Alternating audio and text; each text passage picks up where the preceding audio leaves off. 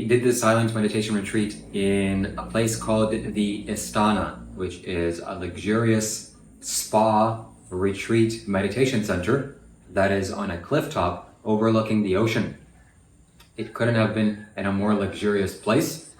And this 10 days was a thorough challenge for me, and I assume also for my friend Garrett here.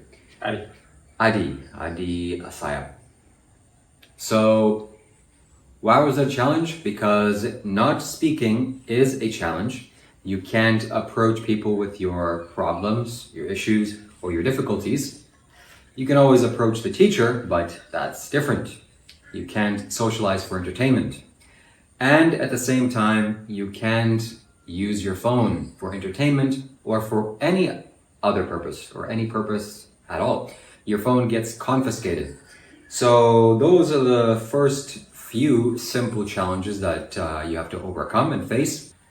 I think one thing that was really big and that was present in a lot of people was actually like sexual desire, like having, there's very beautiful women in this kind of sphere, and so depending on how rigorously you are trying to practice semen retention or trying to embark on some spiritual path or whatever spiritual path, you need to really be focused. And it's good because you're in this Vipassana and you're doing this meditation and your mind is very focused, but it's also, you're creating a lot of energy.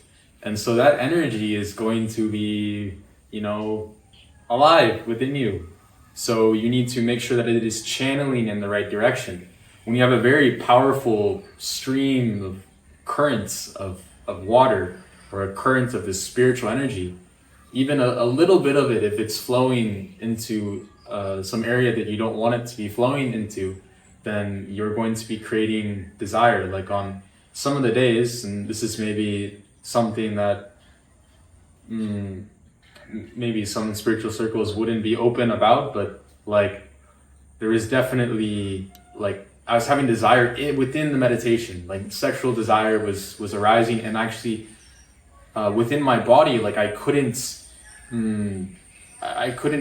even like get rid of it. Like it wasn't even like a mental thing, but just physically, like my body was just like was there, and I was meditating.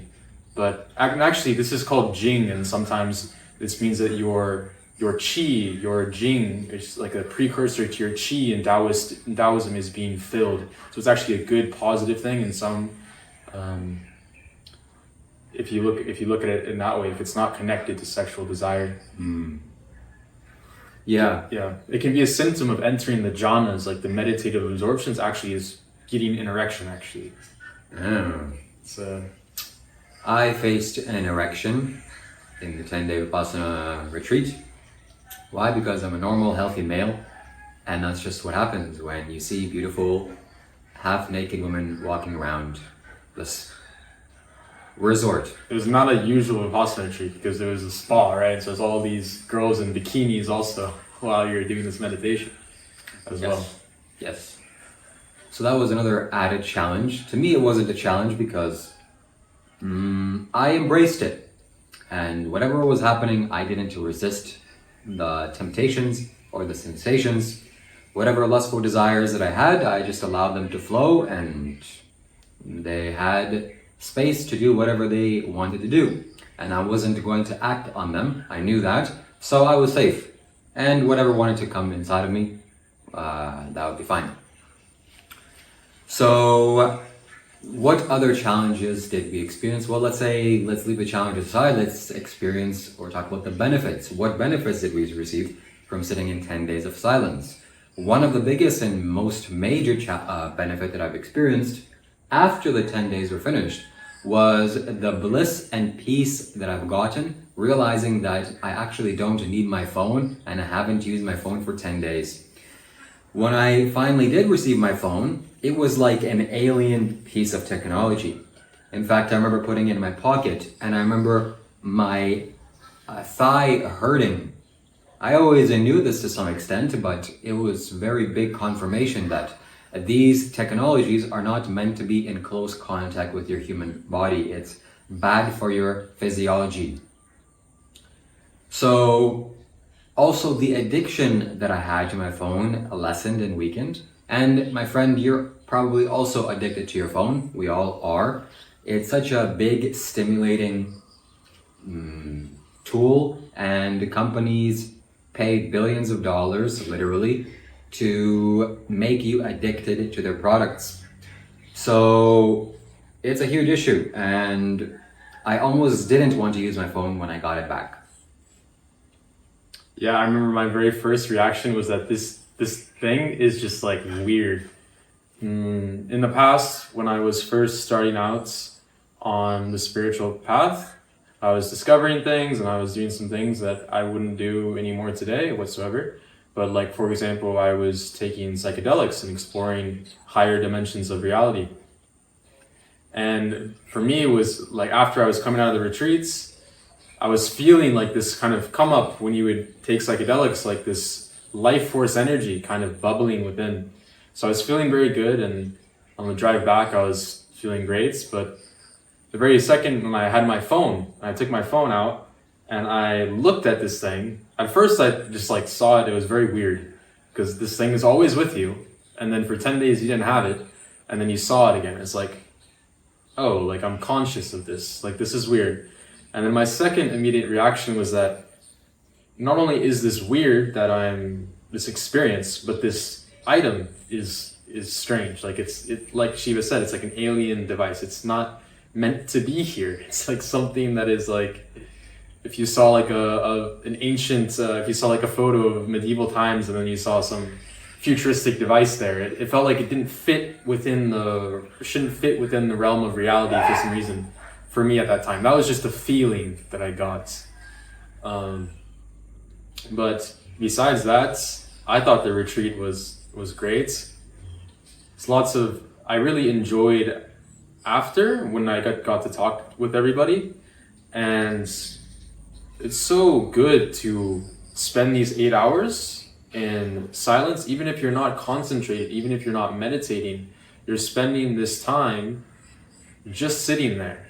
And whether you're concentrated or not, it's better if you're concentrated, but your energies, all of this stuff for 8 hours, for 10 days, 8 hours a day, your energies are all moving in that direction. You're purifying yourself. It was very nice. It was unusual compared to like a usual meditation retreat that we got to use this spa, and that was very interesting. I felt like I also purified a lot through that as well. Overall, I felt very different from when I came in to when I came out. I felt a lot cleaner. Like I felt my energy had become purified more and more pure. Yeah, so the Astana, the place that we did this retreat, and if you ever go to Bali, you should definitely check it out, had a sauna, jacuzzi, a cold plunge, a steam room, another infrared type of thing, a cryotherapy, which I don't think you can really use during the course, but there was an option there, and something else, and a pool, and a fireplace or a fire pit that would be lit every single night, and an overlooking view of the ocean that was always there. So after we finished our meditations, we would go and use the sauna. And that was really transformative also, because all the tension that you accumulated in your legs from long days of sitting were just melted away. And maybe the biggest benefit of all in terms of the structure of the place is the fireplace, or the big bonfire that was lit every night. And we were just, all of us gather around the fire after our meditations were finished, 8, 9, 10 p.m. And we would just silently sit in front of the fire, looking at the flames and letting our karmas burn away into this fire. So that was blessed. Yeah, those were really nice nights. I think on one of the last nights, I remember it was just me, Thor, and somebody else. We were just looking at the stars. Or I was looking at the stars and chatting. I was really enjoying that. Oftentimes I have this feeling where if I have like a fire going and some stars, that I don't need anything else besides that.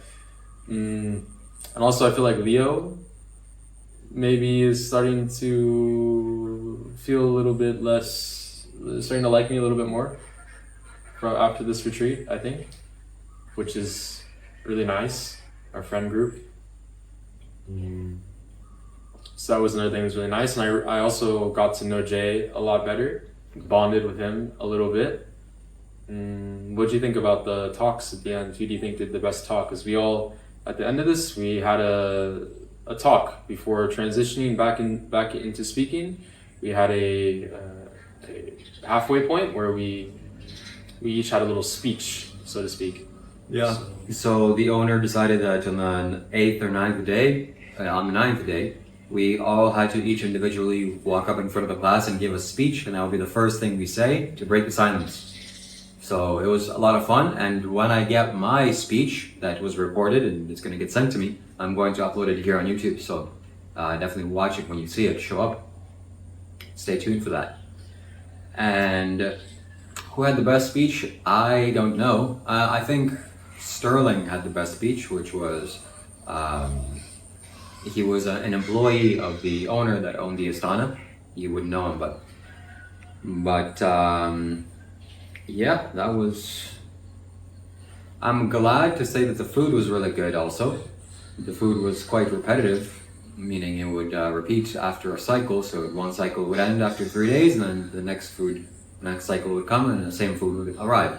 But nonetheless, it was delicious, nutritious, and most importantly, above all, a vegan, the majority of the time, which was definitely making me feel very happy that no animals were used to be exploited and to make suffer and die to prepare our food and to add to our food simply for our simple taste pleasures, which is very good.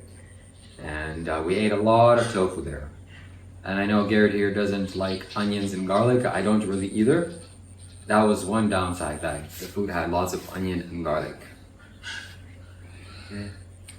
Yeah, I wouldn't normally admit that I ate that, but it was a situation at hand, and so was a situation I was presented with. It was the best thing I had, and no one was harmed in the process, besides myself maybe a little bit. But yeah, it was good.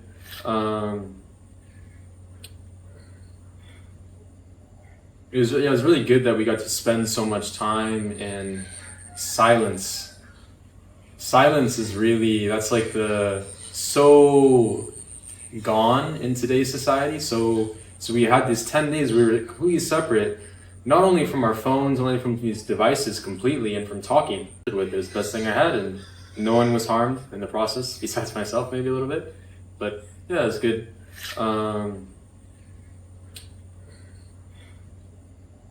It was really good that we got to spend so much time in silence. Silence is really, that's so gone in today's society. So we had these 10 days we were completely separate, not only from our phones, not only from these devices completely, and from talking, but to also just go within. So powerful. Yeah. Yeah, I mean, if you're living out there in society, you probably don't have the ability to sit in silence for 10 days. And you don't even know and understand that talking, it clouds your mind so much, and it pollutes your mind so much, and it distracts your mind so much. How would you describe you felt before versus after? Like if you were to put it into words and try to think about, I can maybe say mine first while you kind of think about your answer. I feel like for me, my mind, I try and concentrate it and try to keep it very good and pure, but I lack that depth of silence. And I think in that silence, that's really where we find so much juiciness and where we can enjoy life, because that silence is like the base. It's like the zero, the emptiness. And if you want anything, it comes from that, firstly. So for me, I felt totally different after. And my mind was so much calmer, everything was so much calmer, I felt more clearer, But honestly, it's kind of hard to put a lot of these experiences into words actually, I suppose, because until it's something you have to actually experience. But I'm so glad that we did it, because that also the environment, even the people, even if you're not talking with them, but also after when we got to talk, that was also so enjoyable. After not speaking for so long, and like the camaraderie, and many people knew each other, so there was, some fun drama to discuss, and many interesting events, and it was just overall great. Especially when everybody's happy after coming out of that, and so we're all kind of just sharing the joy and around the fire and everything. Yes. How I would describe my experience afterwards, it would be calm and relaxed. I became a lot more relaxed. And lots of things are purified and let go of during this course. Sitting in silence does that. It makes you see your mind for what it truly is, and all of your complexes, all of the bad wirings that have occurred in your mind from things that you believe or don't believe, or things that you screw up in. So those things untangled, unwinded, and I came out of it much more free, which I'm happy to say that. So yeah, thank you to Dave, thank you to the Istana for hosting us, for giving us this privilege of doing a 10-day Vipassana retreat in such a luxurious place. Yeah, it was really a boon that you found this group, and that I also was able to participate in this event, because it's also beautiful, it's aesthetic, the place and everything. And sitting there in silence, being able to imbibe that. Aesthetics is a very important part of spirituality as well, because it's something that uplifts the mind. Many times I would walk into a museum and I would just feel so much joy, like nearing the end, and as I would go through, and especially after, so there's life energy bubbling within, because beauty leads your mind into the more abstract realms, where things are not so concrete and simple, because that's what art is. It's not like something you can explain 1 + 1. It's the opposite spectrum. It's the diving into the emotional, mysterious aspects that are real, are strange but nevertheless real, and that's what beauty does. And so this is a very beautiful area, a lot of beautiful women as well. It was very, very positive in all respects. So yeah, and we have the best people around us. So it was very fortunate, this specific type of Vipassana retreat. I think the format was decent as well. It was different than a Goenka. Maybe I would have preferred a traditional Goenka schedule, but it was still good. Yeah, I'd always look forward to the food. Like whenever, after you've done 8 hours of meditation, you're like, okay, like the last 10 minutes, I think, you're like, just thinking about the food. That's me, maybe just me, but I think maybe some other people definitely as well. Yeah. I know I gorged on the food much more than the first few days, because I didn't know I was in scarcity. Oh, when are they going to feed us? How much am I going to have? Am I going to be hungry afterwards? And so I ate way too much, to the point where sometimes I had to walk it off and couldn't sleep for a while. But after the next few days, I realized, okay, the food is consistent here, and I know exactly how much I'm going to eat, or how much I should eat, and that's how I started eating, and it was very good. And yeah, some people in meditation were very good meditators. Like, for example, Reese, maybe you know him through my YouTube channel, that guy sat like a rock, not moving, for the whole 10 days. And I found that to be very impressive. And it definitely wasn't like me. I was very jittery and agitated. So yeah, makes me realize I need to meditate more. Reese is energy. Yeah, I think it's very nice that he's doing this combination of Shambhavi Vipassana. I'm always a little bit hesitant to combine certain practices, but I don't know what his routine is going to look like, but I'm very happy for Reese. He was very happy and I knew he explained to me that he was very in love during the retreat and was really going deep. And I felt like I went deep. There's a few moments, actually, I think I probably stayed the longest in the cold plunge, was able to stay the longest in the cold plunge. And I remember in those moments I'm meditating and I just feel like something about the cold also would really concentrate me. Maybe something about when you get into the cold, or if you fell into a frozen lake, it would wake you up and so you can try to get out and escape. And so that energy, that mental concentration I was like putting into my practice, and I would get so concentrated, I would just stay in there. It was really good. And in the meditation also, there were some moments where you get really deep into concentration, and then I feel my body in like a different way, and like it's like I'm more in my body, or experience my body from like a different place. Not like quite out of the body, I would say, and like my mind is more concentrated, and you get into that flow.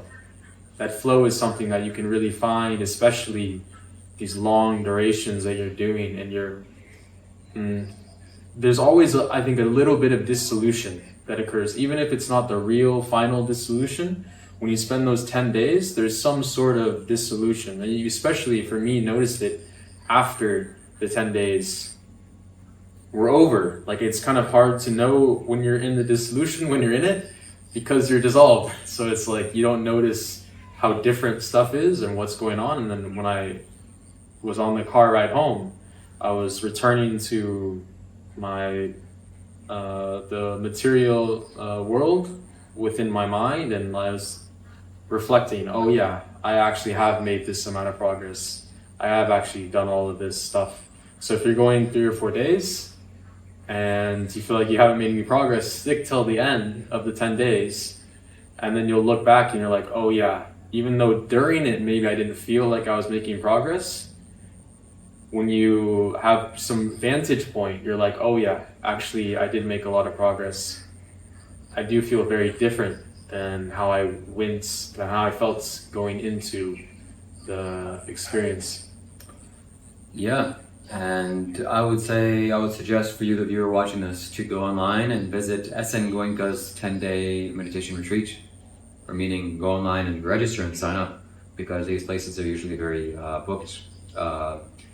You'll have to book well in advance and go and attend one, because it's most likely somewhere in your city or in the general vicinity where you live. There's lots of them in the world.